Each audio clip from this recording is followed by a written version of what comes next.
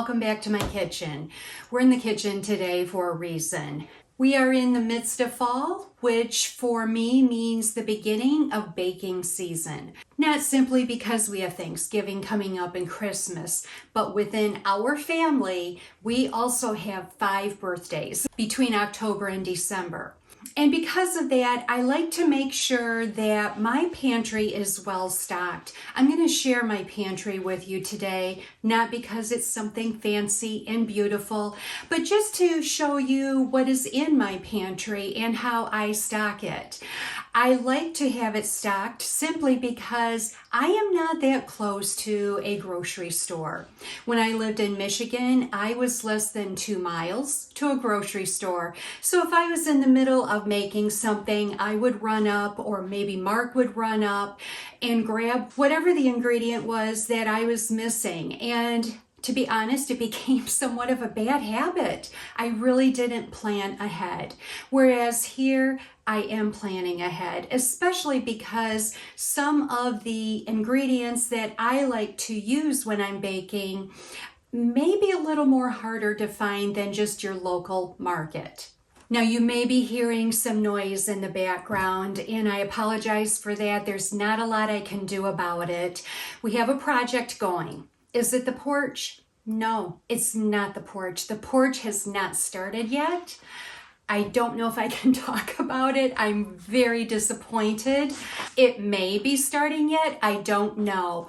But the project that is going on is Mark is working on doing a little bit of clear cutting on part of our property. I'm going to share the beginning stages of that with you today. That is the noise you may or may not be hearing. So I just wanted to explain that. Okay, I'm going to turn around the camera. I'm going to take you into my little makeshift pantry. Again, my house is over 200 years old. I don't have a beautiful walk-in pantry as many of the newer homes do. So we do the best with what we have, and Mark did build some shelves for me, and it's perfect for me. I don't need a ton of space. So let's head into the pantry. Okay, friends, well, this is my fancy pantry. This was all empty before. This is on just the little stoop heading down to the basement. It is nice and dry in here. And so Mark built this whole system for me shortly after we moved in. You can see we hang, Mark's Carhartt is there for the winter. I have a mop over there, etc. My wine rack is looking rather pitiful. Yeah, it looks like I need to replenish that a bit, especially with the holidays coming up. So let's start here. I do try to keep things in different containers. First of all, I don't know, I think it's prettier. It makes me happy. I don't have, as you can see, everything that is the same. Some of these I've had for years. Some of them are newer.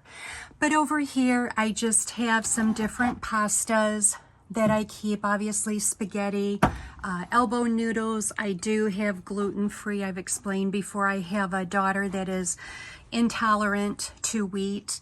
A little bit of soup noodles, etc. Yeah, just a variety that I keep here. This is some homemade granola that I keep in a jar, and I like sprinkling that on yogurt. This is arrowroot. If you're not familiar with that, arrowroot is something I use in lieu of a cornstarch as a thickener, whether it's for gravies, that type of thing. You will find in my pantry a lot of maybe more unique items. This is your typical organic white cane sugar. As you can see, I don't have a lot. I keep it because if I have guests that may want it in their coffee, some may use it on cereal if they want. I do want to have it available to them. However, in my baking, I use coconut sugars. I use maple sugar, which I have I do make myself a lot of times. I have purchased maple sugar. And honestly, I think my very first video was showing you how I make my own maple sugar out of maple syrup. But anyway, coconut sugar is one that I use a lot. And that's my backup. And that is just a little bit of a backup there. My einkorn, I've explained many times, einkorn is the flour of choice. It's the only kind that I have. I do have wheat einkorn. This is my backup of regular einkorn. And then this is the jar that I use most of the time. You can see that. Here are my vanillas. This is Linda's vanilla from New England Fine Living. It is luscious. I have talked about it before, and to be quite honest, I savor it. I use it in special recipes. I absolutely love it. And then behind that is some vanilla that I am actually making myself. I used this bottle. I love the bottle. It's just so pretty. I don't know if you can see the flowers in the back there. So it's just an empty bottle that we had. The beans, actually, I get, they're from Michigan. It's Beanilla. If I remember, I will link that below. Here is my cookie jar. And as you can see, it is rather empty. Now we have our nephew coming to visit, so I am going to be baking some cookies today, and I'm going to show you what I make. They are going to be a maple snickerdoodle. So anyway, we are going to get that jar with some cookies in it for our guests. This is just my kitchen aid. I've had it forever, and oh my goodness, I love it and could not be without it. And then down here, I just have my chocolate chips. I do like using Lily's chocolate chips. They use stevia as their sweetener, and they are not quite as sweet.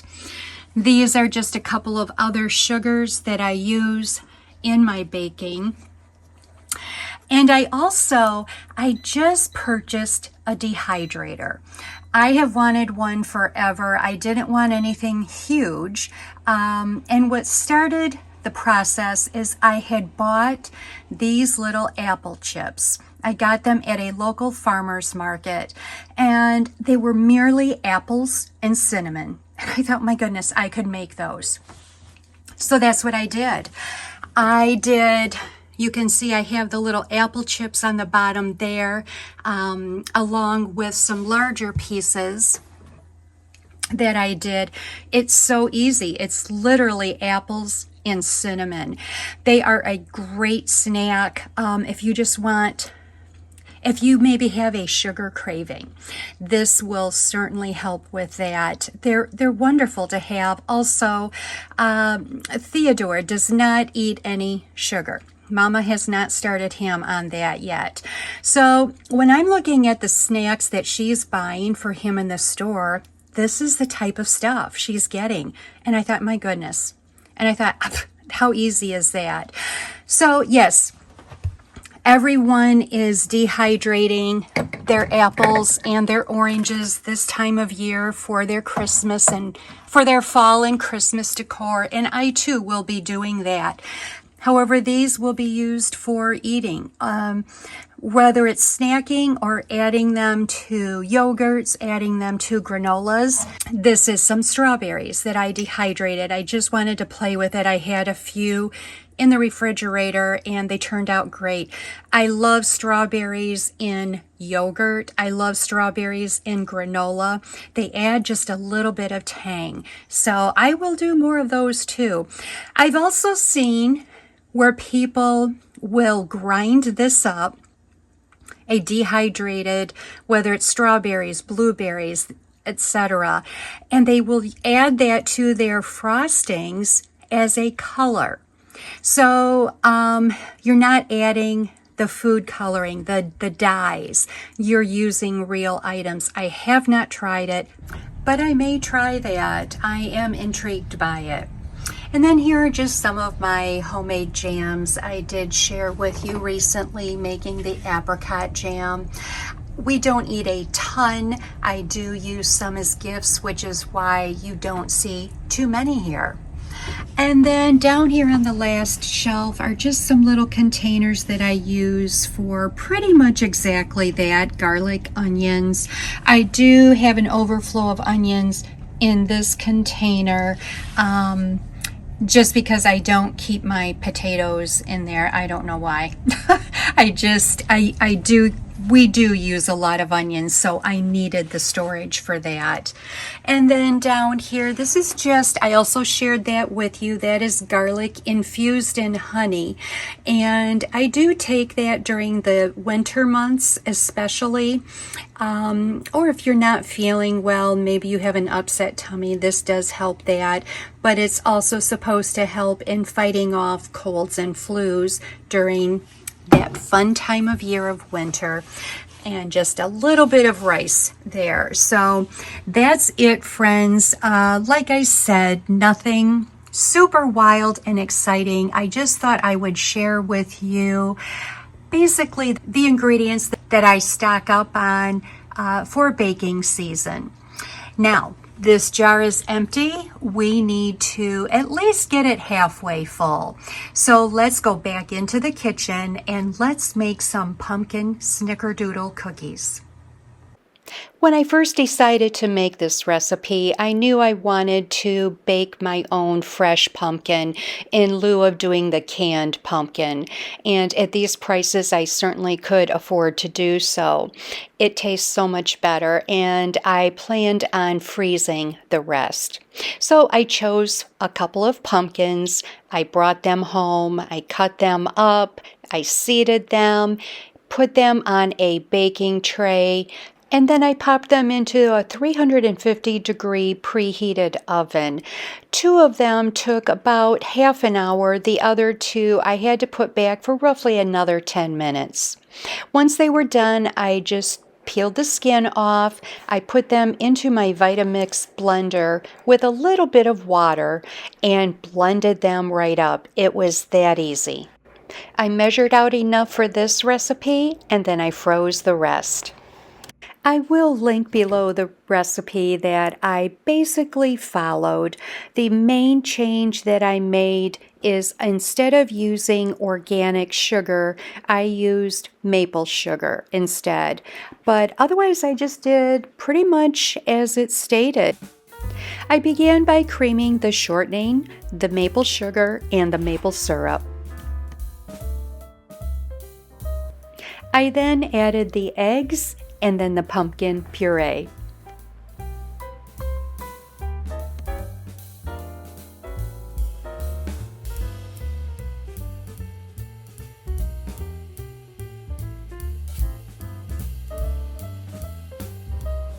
Once that was combined, I began adding my flour mixture of flour, baking powder, salt, and pumpkin pie spice.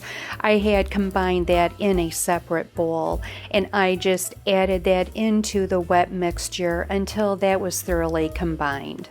Now, this is also an area that I did a little differently than the recipe had said. I chose to just scoop them onto the parchment-lined cookie sheet and sprinkle the cinnamon sugar mixture on top. I didn't roll them in. I felt this was enough sweetness. I know in your typical snickerdoodle recipe, you do roll them in a ball and roll them into your sugar mixture. I just chose to do it this way, and I was pleased with the result and probably would do the same again. The cookies turned out very light and fluffy, and for me, this is a keeper recipe. Let me know if you try them. Now let's head outside and I'm going to show you what Mark is up to. Well, I have to say I'm rather excited because I can already see a path. That right there was all overgrown brush. And this is going to be absolutely awesome. I'm so excited. Let's show you what he's doing. So you can see a little bit here. This is some of the overgrowth when we purchased the home 6 years ago, a little over 6 years ago. This was all clear cut, probably, I am guessing roughly a year before we purchased. And as you can see, all of this is just overgrown, and we just want to clean it up a little. And as I told you in the spring, I had desire. Here's some more of that growth that he's cutting. I had a desire to plant some things here, whether it's flowers or pumpkins, because as you can see, we get so much sun. So eventually, this is going to be clean, and I'm rather excited. So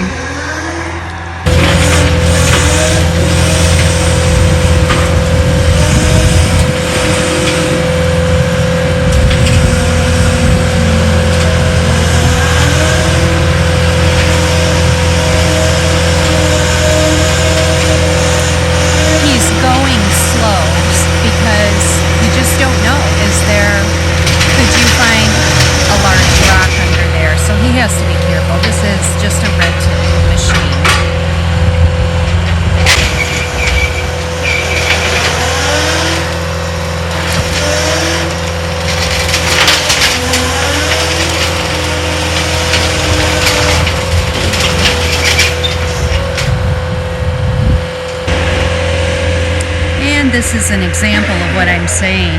That's rather large, but that is a large rock here. We are the granite state, which is why we have so many stone walls.